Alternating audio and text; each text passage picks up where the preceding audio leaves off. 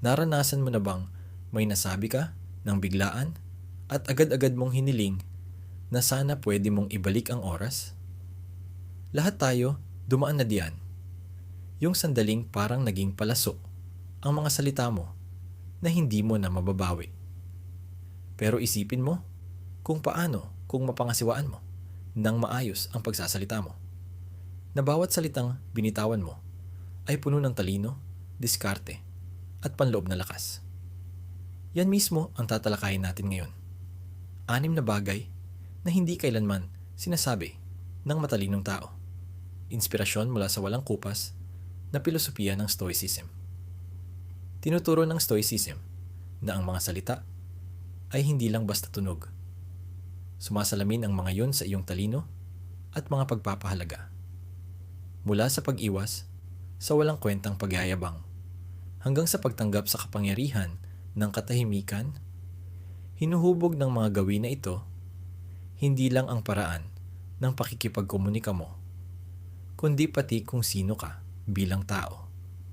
At ang pinakamagandang parte, sa dulo ng video na ito, may makukuha kang practical na tips para mapaganda agad ang paraan ng pagsasalita mo. Mapatrabaho, kasama ang mga kaibigan, o kahit sa inner dialogue mo. Kaya't maghanda. Hindi lang ito tungkol sa kung anong sinasabi mo, kundi kung paano binabago ng mga salita mo ang pagkatao mo. Huwag kaligtaan to. Magsisimula tayo sa isang paglalakbay na magpapabago sa pananaw mo tungkol sa tunay na kapangyarihan ng salita. 1. Iwasan ang pagmamayabang tungkol sa kaalaman. May nakilala ka na ba na hindi mapigilan ang sarili sa kakakwento tungkol sa alam niya at mga nakamit niya? Tuloy-tuloy ang kwento nila tungkol sa lahat ng bagay na alam nila, mga aral na natutunan, at maging ang mga librong nabasa nila. Sa unang tingin, baka kahanga-hanga. Pero habang tumatagal, ang dating paghanga ay nauuwi sa distansya. Hindi dahil walang saysay ang kaalaman nila, kundi dahil sa paraan nila ito ipinapakita. Parang pinaparamdam nilang mas mataas sila. Tinuturo ng Stoic philosophy na ang tunay na talino ay hindi kailangang ipagsigawan. Sinabi ni Marcus Aurelius, hindi ipinagmamalaki ng kalikasan ang mga nagagawa nito. Ganon din tayo. Hindi natin kailangang ipagmalaki ang ating karunungan. Hindi lang ito payo. Pamamaraan ito ng pamumuhay. May ikukwento ako. Meron akong dating kaibigan na si John, eksperto sa tech. Sa mga meeting o kahit simpleng tipunan, lagi niyang gustong siya ang pinakamatalino.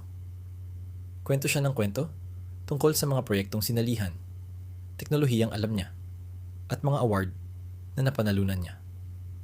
Noong una, nai-inspire ang mga tao. Pero sa katagalan, parang nasobrahan. Napansin ng ibang tao na parang palagi na lang tungkol kay John ang usapan. Isang araw, may nagsabi sa kanya ng totoo.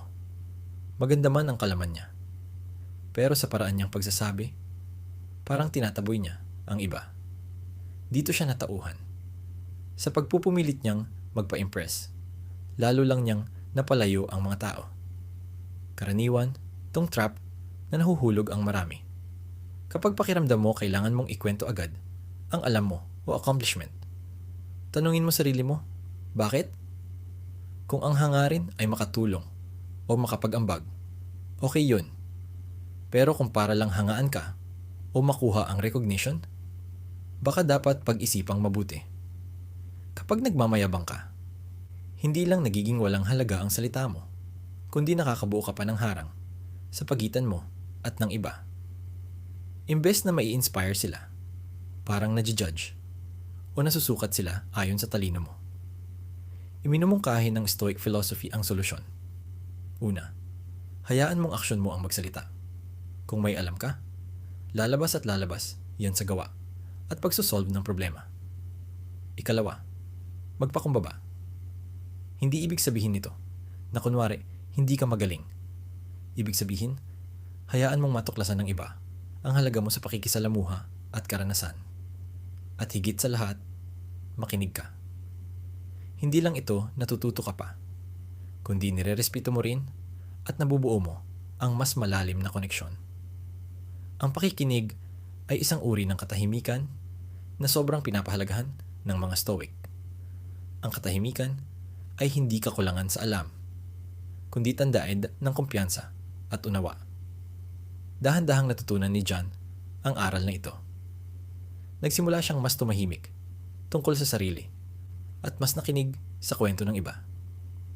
Imbes na palaging siya ang bida sa usapan, naging mas mahinahon ang pag-ambag at mas nakakinig pa. Kalaunan, mismo ang mga tao ang lumalapit sa kanya. Hindi lang dahil sa talino niya, kundi sa tunay niyang pakikisama at pagiging collaborative. Pinatunayan niyang hindi dapat ipagyabang ang kaalaman. Dapat itong ibahagi sa paraan na nakakatulong at nagbubuklod sa grupo. Ang pag-iwas sa pagmamayabang ay hindi paglimita sa sarili mong pagbabahagi ng alam. Bagkus, ikaw ay humahanap ng paraan na iparating ito na nakakaramdam ng respeto ang iba. Tinuturo ng Stoic philosophy na ang mga salita mo ay refleksyon ng iyong pagkatao. Kapag pinili mong maging mapagkumbaba, hindi arogante, mas pinapayaman mo hindi lang ang buhay mo, kundi pati ng mga tao sa paligid mo. Tanungin mo sarili mo, ano ang sinasabi ng mga salita mo tungkol sa iyo? Ang sagot, yan ang huhubog sa paglago mo. 2. Hindi minamaliit ang opinyon ng iba. Naranasan mo na bang mabaliwala sa isang usapan na hindi ka pa nga nakaka-explain ay agad nang nireject ang opinyon mo? Masakit yun. Parang baliwala lahat ng effort mo. Pinakamasaklap, baka magduda ka pa sa sarili mo. Wala ba talagang saysay sinasabi ko? Alam ko yan kasi minsan ako mismo ang naging dahilan ng ganun. Nung nagsisimula pa lang ako bilang leader sa trabaho, sobrang kumpiyansa ako sa pagiging mabilis mag-decide. Sa isang meeting, may nagsuggest ng bagong paraan para mapabuti workflow namin. Agad ko tong tinanggihan. Sinabing hindi praktikal, nang hindi man lang nakikinig. Akala ko, nakakatipid ako ng oras. Pero hindi ko napansin yung tahimik na katahimikan tapos ng sinabi ko at mga nag-alangang tingin ng iba. Pagkatapos ng meeting, sinabihan ako ng isang kasamahan. Siguro dapat mas nakinig ka pa. Doon ako natauhan. Hindi lang pala ako nawalan ng opportunity, kundi nagdulot din ako ng takot na mag-share ng idea sa team. Turo ng Stoic philosophy. Ang tunay na talino ay bukas, hindi mayabang. Sinabi ni Marcus Aurelius, hindi mo matutunan ang alam mo na raw. Kapag minamaliit mo opinyon ng iba, sinasarahan mo hindi lang ang creativity, kundi pati ang tiwala. Hindi lang ideas ang nawala, pati leadership mo humihina. Simula noon, binago ko na approach ko sa bawat usapan. Pinapaalala ko sa sarili ko na ang makinig ay hindi ibig sabihin sumasang-ayon agad. Ang pakikinig ay respeto at willingness matuto, kahit parang mali ang idea sa umpisa. Ang naging resulta, nagulat ako. Mas naging creative team ko. May mga bagong solusyon na hindi ko naisip dati. Baguhin mo perspective. Imbes na isipin, paano ko babarahin to? Subukan mong itanong, ano pwedeng matutunan dito? Minsan, kahit sablay, may nugget of insight na pwedeng magamit. At kung wala man, mas naiintindihan mo pa rin kung paano mag-isip ang iba. At malaki rin ang value noon. Pangalawa, magpakumbaba. Paalala ng Stoicism, hindi tayo ang sentro ng universo. Ang pagmaliit sa opinyon ng iba ay parang pagtingin na ikaw lang tama. Pero totoo, walang taong may alam ng lahat. Ang tunay na talino, nasa pagtutulungan at palitan ng ideya. Noong binago ko approach ko, napa-improve ang vibes sa mga meeting. Mas marami na akong tanong. Mas sinikayat ko kahit yung mga tahimik magsalita. Anong nangyari? Mas maganda ang output. Mas respected at connected ang team. Napagtanto ko, lahat May pwedeng ituro sa akin na hindi ko napapansin dati dahil sa yabang at init ng ulo ko.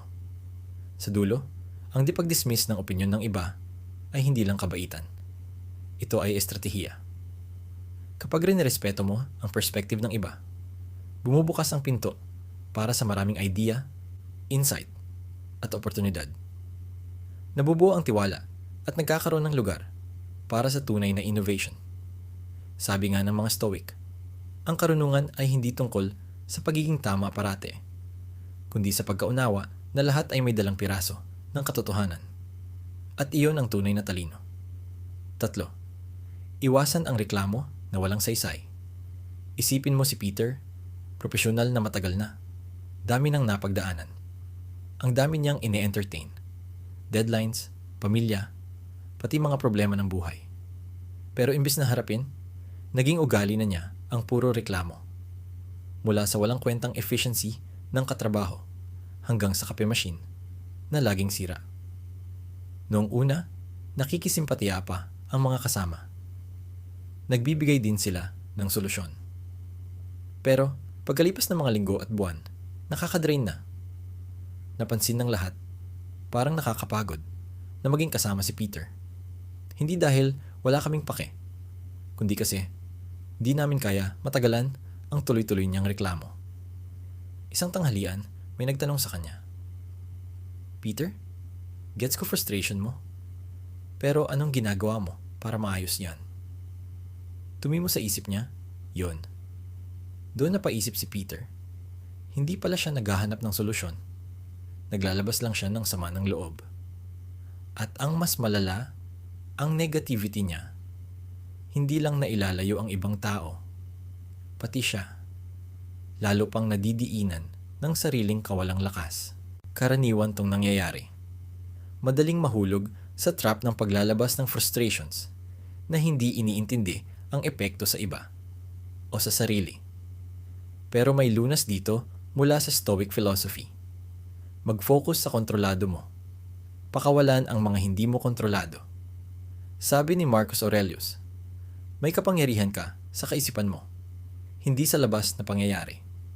Kung matanggap mo ito, makakahanap ka ng lakas. Ang reklamo, lalo na sa mga bagay na wala kang magagawa, mas nagpapartehin ng pakiramdam ng kawalan ng pag-asa. Parang nagiging trap ng negativity. Pero hindi lahat ng reklamo masama. Kapag may saysay, nakakatulong pa nga magbago. Pero kapag walang direksyon, nagiging ingay lang. Parang walang kwentang salita na wala namang nare-resolba. Isipin mo, ang pagreklamo sa traffic, hindi naman magpapaluwag ng kalsada. Ang pagbunganga tungkol sa ulan, di mapapatigil ang patak. Naiintindihan ng matalinong tao ang kaibahan ng may saysay na reklamo at puro rant lang, at mas pinipili nilang gamitin ang enerhiya. Tutok ka sa mga tunay na mahalaga. Kaya paano ka makakawala sa ugali ng walang saysay na pagrereklamo? Simulan sa pagtatanong sa sarili ng isang simpleng tanong. Tuwing nakakaramdam ka ng inis, ano ang magagawa ko tungkol dito? Kung ang sagot ay wala, bitawan mo na. Ang pagrereklamo tungkol sa mga bagay na hindi mo naman kontrolado ay hindi lang sayang sa oras, kundi nananakaw pa ang iyong panloob na kapayapaan. I-redirect mo ang lakas mo sa mas makabuluhang bagay. Magbasa, magnilay, o magpasalamat sa mga bagay na maganda naman sa buhay mo. Isa pang paraan ay baguhin ang perspektibo mo. Imbes na magtanong ng, bakit laging ako? Subukan mong itanong, ano ang matututuhan ko rito? Tinuturuan tayo ng Stoicism na bawat hamon ay pagkakataon para sa paglago. Binubulag tayo ng reklamo sa mga pagkakataong ito, habang ang pagninilay-nilay ay tumutulong para mapansin at matutunan natin ang mga ito. Balik tayo kay Peter. Sineryoso niya ang payo ng kaibigan at unti-unti niyang binago ang pananaw niya. Imbes na magreklamo tungkol sa manager niya, nagsimula siyang maghanda ng mga magandang solusyon sa mga hamon niya sa trabaho. Imbes na mainis sa traffic sa pag-commute, Nakikinig siya ng audiobooks o nagma-mindfulness. Sa pagdaan ng panahon, nagbago ang pananaw niya. Mas naging makahulugan ang mga salita niya dahil hindi na puno ng negatibidad. Umayos ang relasyon niya sa iba at yung mga kasama niya sa trabaho ay nagsimulang humingi ng payo at maging gustong makasama siya dahil sa kalma at solusyon-oriented niyang pagdadala ng sarili. Sa huli, ang hindi pagrereklamo ng walang kabuluhan ay tungkol sa pagbawi ng iyong kapangyarihan. Kapag tumutok ka sa kaya mong kontrolin, hindi lang lalakas ang isipan mo, kundi pati na rin ang impluensya mo sa mga taong nakapaligid sa iyo. Paalala ng Stoic philosophy na ang salita at iniisip natin ay mga kasangkapan. Kapag ginamit ito ng maayos, kayang bumuo ng buhay na matatag, makahulugan, at puno ng koneksyon sa iba. Pagbitawan mo ang mga reklamo na walang kwenta at yakapin ang mga makabuluhang aksyon, hindi lang nagbabago kung paano ka tinitingnan ng iba. Binabago mo rin ang sarili mong buhay. 4. Walang kwentang pangako. May sariling bigat ang mga pangako sa buhay natin. Hinuhubog nito ang expectations. Nagpapalalim ng tiwala at tumutukoy ng relasyon. Pero gaano kadalas tayong nangangako nang hindi pinag-iisipan? Hindi sigurado kung matutupad ba talaga? Ang ganitong ugali, kahit hindi sinasadya, unti-unting sumisira ng kredibilidad at umiiral ng koneksyon. Tinuturuan tayo ng Stoic philosophy na dapat tugma sa gawa ang sinasabi natin. Ang integridad ay hindi sa dami ng salita, kundi sa pagtupad sa mga binitawang salita. Isipin natin si Greg, isang 50 taong profesional na sabay inaasikaso ang career at pamilya. Mabuti siyang tao, pero madalas sobra-sobra ang pinapasan niya. Mangangako siya sa team na rerepasuhin ang mga reports bago mag-Lunes o sasabihin sa pamilya na mauuna siyang uuwi para sa hapunan. Pero madalas ay hindi niya natutupad. Sa una, iniintindi pa siya ng mga tao kasi nga busy. Pero habang nadaragdagan ang mga napapabayaan niyang pangako, ganun din kadalas tumataas ang frustration. Dati ay automatic na pinaniniwalaan siya, pero ngayon may duda na ang tono sa bawat pangako niya. Isang gabi, matapos hindi sumipot sa isang family event, may iniwang sulat ang anak niyang dalaga sa mesa. Gusto lang naming maging totoo ka kapag may sinasabi ka. Napaisip si Greg, maganda ang intensyon niya. Pero ang mga pangako niyang hindi natutupad ay unti-unting sumisira sa tiwala at respeto na pinaghirapan niyang buuin. Pinapaalala ng istorya na ito ang isang pangunahing prinsipyo ng Stoic. Magsalita ng may intensyon at kumilos ng may integridad. Sabi nga ni Marcus Aurelius, hayaan mong maging payak at totoo ang lahat ng iyong salita. Pinapaalala dito na ang pangako ay hindi lang pampalipas hangin. Ito ay commitment na nagtakada sa karakter natin. Ang hindi pagtupad sa pangako, kahit hindi sinasadya, ay parang nag-issue ka ng checking walang pondo. Si kredibilidad mo ang nalulugi. Paano mapipigilan ang ganito habang inaalagaan pa rin ang tiwala at respeto? Simulan sa pag-pause bago mangako. Tanungin ang sarili, may oras, lakas, at resources ba ako para tuparin ito? Kung duda ka, mas mabuting sabihing realistically ang kaya mo kaysa mangako tapos magkulang sa delivery. Halimbawa, imbes na sigurado bukas makukuha mo na ito, subukang sisikapin kong matapos ito bukas. Pero kung kailangan ko ng dagdag na oras, ipapaalam ko. Isa pang strategy, mas okay pang mag-under-promise at mag-over-deliver. Magtakda ng realistic na target, tapos lampasan. Ganyan ka magiging maaasahan. Isipin mo, sinabi ni Greg na tatapusin niya ang report sa loob ng 3 araw. Pero naibigay niya sa loob ng 2. Ibig sabihin, marunong ka at maalalahanin. At huli, yakapin ang accountability. Kung hindi talaga kayang tuparin, Sabihin agad, humingi ng paumanhin, ipaliwanag ng maikli, at mag-alok ng paraan para ayusin.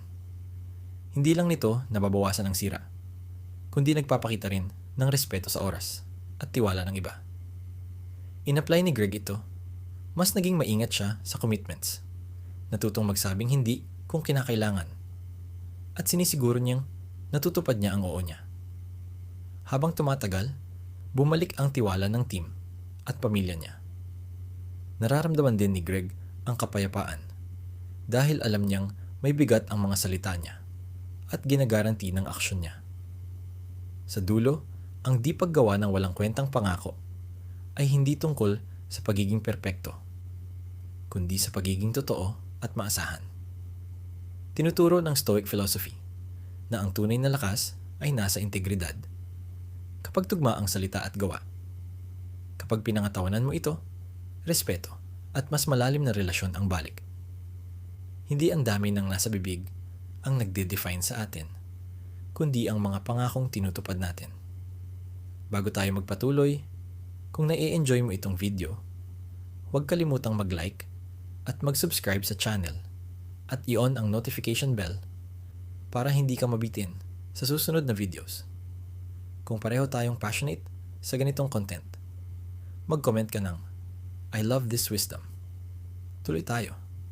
5. Huwag mag-deny ng iyong pagkakamali. Naramdaman mo na ba na parang ang pag-amin ng pagkakamali ay parang pagpapakita ng kahinaan sa harap ng lahat? Dati ring ganyan ang tingin ko. Pero isang karanasan ang nagbago ng pananaw ko. Sa Stoic philosophy, natutunan ko na ang pag-amin ng pagkakamali ay hindi nakakababa. Bagkus, pinapakita mong totoo ka at matatag. Sabi ni Marcus Aurelius, kung may makakapagtama sa akin at makapagsabi ng mali ko, tatanggapin ko ng maluwag. Dahil katotohanan ang hinahanap ko at hinding-hindi nanakit ang katotohanan. Kwento ko lang, ilang taon na ang nakalipas, ako ang namuno sa isang malaking proyekto sa trabaho. Dahil nagmamadali para sa deadline, may na-overlook akong mahalagang detalye sa report. Nung nalaman iyon ng boss, nagkaproblema ang buong team ko at napuna kami ng top management. Una kong instinct ang magdahilan. Ang dami kasing workload, sobrang tight ng timetable. Lahat na lang sinisi, wag lang sarili. Pero alam kong lalo lang akong mawawalan ng tiwala kung magtuturo ako ng iba. Kaya nung sunod na meeting, inamin ko ang pagkakamali, humingi ng dispensa sa team, at naglatag ng plano para hindi na maulit.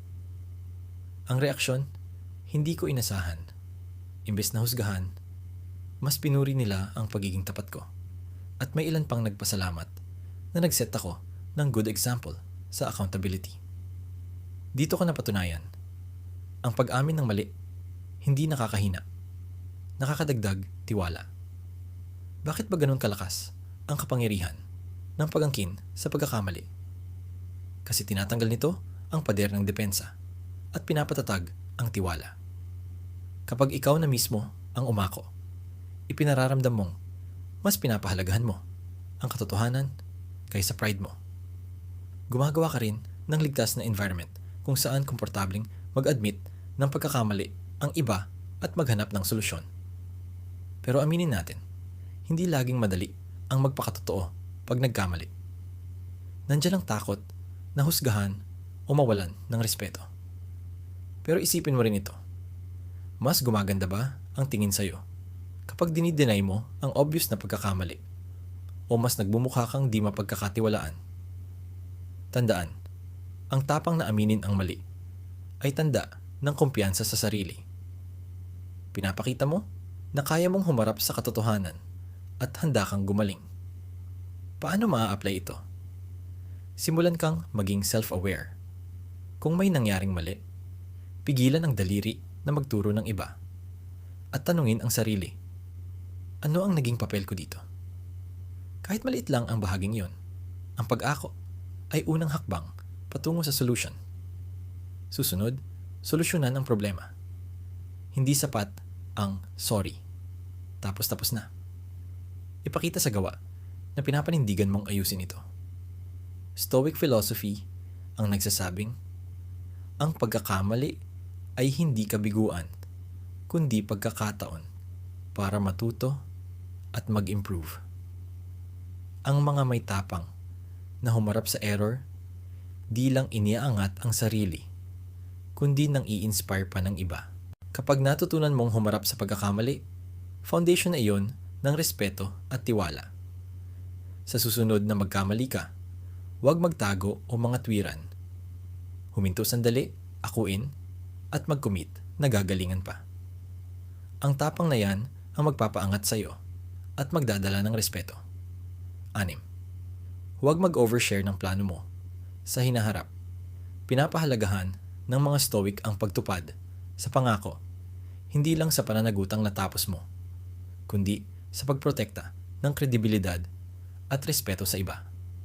Ang mga pangakong walang laman, kahit maliit, unti-unting sumisira sa reputasyon at tiwala ng iba. Kwento, kilalanin si Jim, isang middle-aged na profesional na palakaibigan, at laging oo ang sagot sa kahit anong pakiusap. Kahit anong hiling ng kaibigan, tulong sa paglipat, volunteer sa extra projects sa trabaho, o pagdalo sa lahat ng events sa komunidad, lagi siyang may default na sagot. Oo, kasama ako dyan.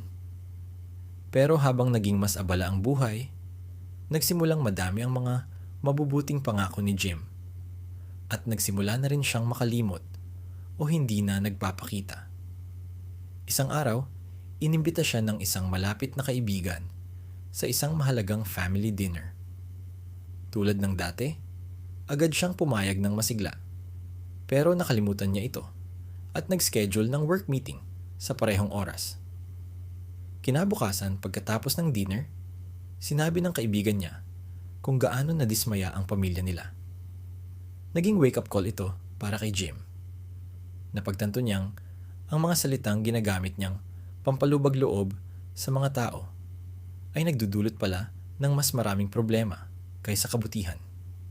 Ang mga pangako niya, kahit hindi masama ang intensyon, ay naging hungkag na at nakakasira na sa mga relasyong mahalaga sa kanya.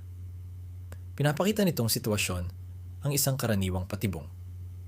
Minsan, sobra tayong nangangako para makaiwas sa awkwardness o para magmukhang madaling lapitan. Pero tinuturo ng mga Stoic na dapat ang mga salita natin ay may saysay at umaayon sa gawa natin. Nagsulat si Marcus Aurelius, kung hindi tama, huwag gawin. Kung hindi totoo, huwag sabihin. Sa madaling salita, dapat laging base sa pagiging totoo at may intensyon ang bawat pangakong binibitawan. Madalas, ang pagsabi ng oo na walang paninindigan ay ugat ng takot na mabigo ang iba. Pero mas masama ang dulot kapag nabigo ka namang tuparin ito. Paano nga ba iiwasan ang mga hungkag na pangako? Magsimula sa isang saglit na paghinto bago ka pumayag sa anumang bagay. Maglaan ng sandali para isipin kung tugma ba ito sa mga prioridad mo. At kaya mo ba talagang tuparin? Kung hindi, mas mahalaga ang isang magalang na hindi kaysa isang alanganing oo na hindi naman matutupad. Mas pinapahalagahan ng mga tao ang katapatan at linaw kaysa mga malabong pangako na nagdudulot lang ng inis. Susunod, magbigay halaga sa kalidad kaysa dami. Mas mabuti ng kaunting bagay lang ang iyong tanggapin at gawin ng mabuti kaysa tanggap ka ng tanggap pero hindi mo naman napapanindigan at nadidisappoint mo ang iba. Kapag sinasabi mong gagawin mo ang isang bagay, gawin mo ito ng may layunin at mahusay. Dito mabubuo ang reputasyon mo bilang maasahan at kagalang-galang. At panghuli, tandaan na ang pagsabi ng hindi ay hindi pagiging makasarili. Ito ay pagiging self-aware. Naniniwala ang mga Stoic na dapat tumutok ka sa mga bagay na kayang kontrolin at kapag sobrang dami mo ng tinanggap, nababawasan ang kakayahan mong tuparin ang mga pangakong tunay na mahalaga. Kapag sinasadya at pinag-iisipan mo ang bawat pangako mo, napoprotektahan mo ang integridad mo, at napapanatili ang tiwala ng iba. Nang magmuni-muni si Jim sa kanyang wake-up call, nagsimula siyang maging mas mindful. Natuto siyang tumanggi sa mga hiling na talagang hindi na niya kayang gawin at tumuon na lang sa mga commitment na may halaga sa kanya. Sa pagdaan ng panahon, gumanda ang mga relasyon niya at mas nirerespeto siya ng mga tao. Hindi dahil sa palagi siyang sumasang-ayon, kundi dahil natutupad niya ang sinasabi niya. Sa huli, ang pag-iwas sa hungkag na pangako ay higit pa sa pagtupad lang ng sinabi mo. Ito ang pag-aangkop ng iyong mga aksyon sa iyong mga halaga at pagbuo ng mas malalim at tunay na koneksyon. Paalala ng mga Stoic na bawat salitang binibitawan natin ay humuhubog kung paano tayo nakikita ng iba at kung paano natin nakikita ang ating sarili. Kaya, sa susunod na may hihingi ng pangako sa iyo, huminga ka muna, mag-isip, at siguraduhin mong kaya mo talagang panindigan ito. Hindi lang ito karunungan, ito ay lakas. Gusto kong marinig ang inyong kwento at tagumpay.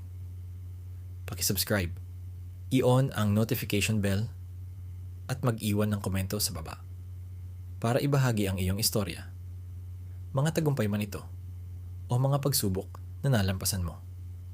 Kung hindi ka sigurado kung ano ang ikokomento, isulat mo lang "I love this" bilang patunay na natapos mo ang session na ito. Malaki ang naitutulong ng iyong engagement para lumago ang community na ito tungo sa karunungan at sining ng paggawa ng oportunidad sa bawat hamon. Mag-iiwan ako ng 2 pang video dito para tuloy-tuloy ang iyong personal development journey. Maraming salamat at magkita-kita tayo sa susunod na video.